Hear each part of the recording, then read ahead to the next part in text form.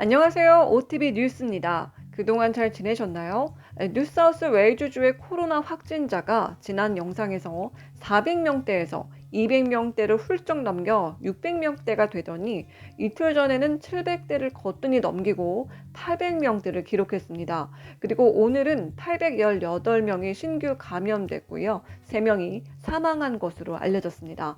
이 중 42명이 지역사회에서 감염된 것으로 전해졌고요. 사망자 1명은 시드니 남서부 출신의 80대 남성으로 리버풀 병원에서 사망했고 예방접종을 받지 않은 것으로 알려졌습니다. 뉴캐슬 출신의 또 다른 80대 남성은 엣지워스 노인 요양시설에서 감염된 후 존 헌터 병원에서 사망했습니다. 이 남성은 코비드19 백신을 2차 접종까지 완료한 것으로 나타나는데요. 돌파 감염됐었네요. 세 번째 사망자는 시드니 남서부 출신의 80대 여성으로 캠벨타운 병원에서 숨졌습니다. 이 여성은 1차 백신 접종을 한 것으로 전해졌는데요. 오늘 사망자는 모두 심각한 기저질환이 있었던 것으로 알려졌습니다.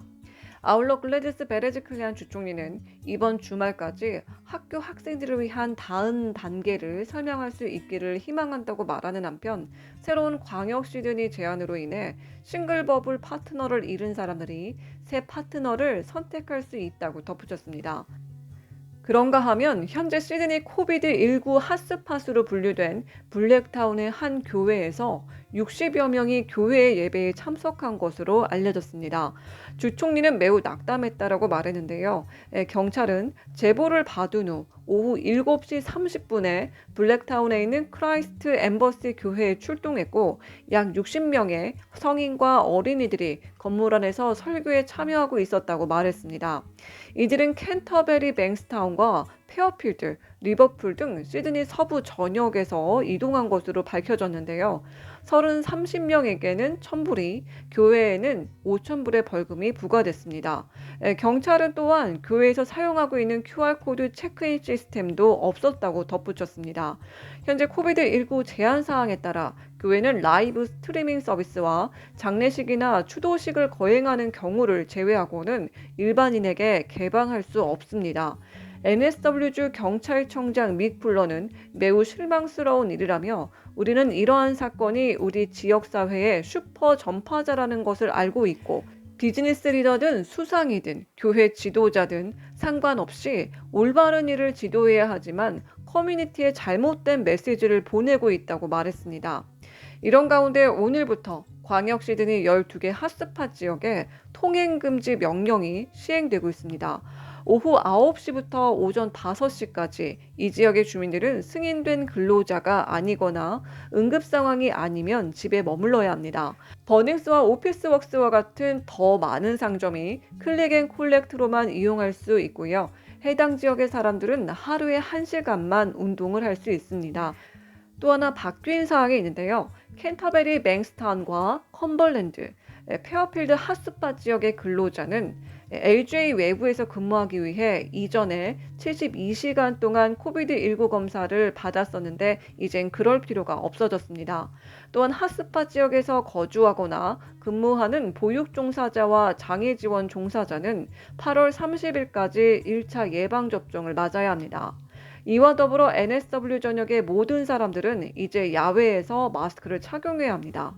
현재 NSW주의 많은 주민들이 백신 접종에 참여하고 있는데요. 펜리스에도 16세 이상을 대상으로 하는 주요 백신 허브가 문을 열었습니다. 펜리스 팬더스 리그 클럽이 대규모 예방 접종 클리닉으로 탈바꿈한 건데요. 허브는 주 7일 동안 운영되고 처음에는 펜리스의 16세에서 39세를 대상으로 화이자 잽을 제공합니다. 델타 변종에 감염되는 어린이와 청소년의 비율이 높아지면서 젊은 층이 우선 대상으로 선정됐습니다. 지난 이틀간 9세 미만 아동 총 204명이 코로나19 양성 판정을 받았다고 하네요. 또한 추가로 10세에서 19세 사이의 어린이 276명이 바이러스에 대해 양성 반응을 보였고요. 보건당국은 해당 연령대의 사례가 계속 증가할 것으로 우려하고 있습니다. 이런 가운데 빅토리아주에서는 71명의 신규 지역 감염자가 보고됐고요. 이 중 49명이 기존 감염자와 관련돼 있고 나머지 22명은 현재 조사 중에 있습니다. 또한 어제 락다운 반대 집회가 있었는데요. 이로 인해 21명의 경찰이 부상을 입었습니다. AZ에서는 16명의 신규 감염자가 발생해 총 137명이 감염된 것으로 나타났고요. 퀸즐랜드주에서는 신규 감염이 1명이 발생한 가운데 백신 보급을 확대할 계획입니다. 오늘도 호주 코로나 상황에 대해서 전해드렸습니다. 도움되셨길 바라고요. 모두 힘내시고 건강하시길 바랄게요. 그럼 저희 다음 영상에서 또 봬요. See ya!